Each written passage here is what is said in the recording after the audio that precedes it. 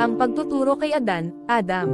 Ipinagkaloob ng dakilang ala kay Adan ang kakayahang malaman ang kalikasan ng bawat bagay at paikliin ang mga ito sa pamamagitan ng mga pangalan. Itinanam ng ala kay Adan ang kahalagahan ng kaalaman, ang pagmamahal sa kaalaman at ang hanggaring ipamana ang kaalaman sa kanyang mga anak. At ang kaalamang ito ang siyang batayan upang lubos na maunawaan ang dahilan ng kanyang pagkalikha. Pagkaraan ay natutunan ni Adam ang mga pangalan ng lahat ng bagay, kasama rito ang mga kapakinabangan, paggamit at katangian ng mga ito. Ito ay ipinakita ng ala sa harapan ng mga anghel at siya ay nagsabi, "Sabihin nga ninyo sa akin ang mga pangalan ng mga ito kung kayo ay makatotohanan." Juan 2 verse 31. Sila, mga anghel, ay nagsabi, "Luwalhati sa iyo. Wala kaming kaalaman maliban kung ano lamang ang itinuro mo sa amin. Katotohanan, ikaw lamang ang maalam, tigib ng karunungan."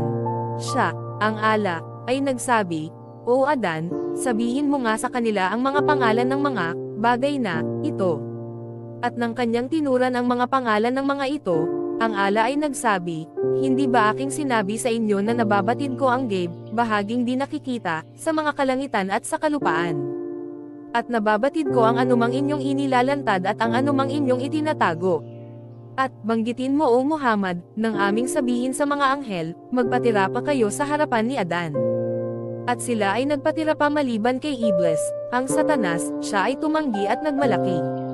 Siya ay kabilang sa mga di naniniwala. At aming sinabi, "O Adan, ikaw ay manirahan kapiling ng iyong asawa sa paraiso at kayo ay kapwa kumain ng may malayang kasiyahan mula roon kailanman na inyong naisin. Ngunit huwag ninyong lalapitan ang punong kahoy na ito, magkagayon, baka, kayo ay kapwa mapabilang sa mga mapaggawa ng kamalian." Ngunit, hindi nga naglaon, sila ay nagawang mailihis ng Satanas mula rito, sa paraiso, at sila ay napalays mula sa dati nilang, mapayapang, kinaroroonan. At kami, ang ala, ay nagsabi, "Magsibaba apat, kayong lahat, bilang magkakaaway sa isa't isa. At para sa inyo roon sa kalupaan ay isang tirahan at kabuhayan hanggang sa takdang panahon."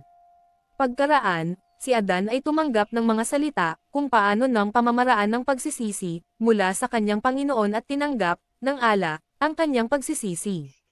Katotohanan, siya ang tumatanggap ng pagsisisi, ang maawin. Kami, ang ala, ay nagsabi, "Magsibaba kayong lahat mula rito, sa paraiso. Kaya, kailanmat dumating sa inyo ang patnubay mula sa akin, at, sino man ang sumunod sa aking patnubay, sa makatwid sa kanila ay walang pangamba, at sila ay walang, madaramang, kalungkutan. Subalit, yaong mga di naniwala at nagtakwil sa aming mga aya at kapahayagan, sila yaong mga maninirahan sa apoy, ng impyerno. Sila ay mamamalagi roon ng walang hanggan." Juan 2 verse 30-39. Inamin ng mga anghel ang kanilang kawalan ng ganap na kaalaman sa anumang bagay na hindi naituro sa kanila ng dakilang ala. "Luwalhati sa iyo. Wala kaming kaalaman maliban kung ano lamang ang itinuro mo sa amin. Katotohanan, ikaw lamang ang maalam, tigib ng karunungan." Juan 2 verse 33. Pagkaraan, ang dakilang ala ay bumaling kay Adan, "Adam. O Adan, sabihin mo nga sa kanila ang mga pangalan ng mga bagay na ito." At nang kanyang tinuran ang mga pangalan ng mga ito, ang ala ay nagsabi, "Hindi ba aking sinabi sa inyo na nababatid ko ang gabe, bahaging di nakikita, sa mga kalangitan at sa kalupaan? At nababatid ko ang anumang inyong inilalantad at ang anumang inyong itinatago." Juan 2 verse 33.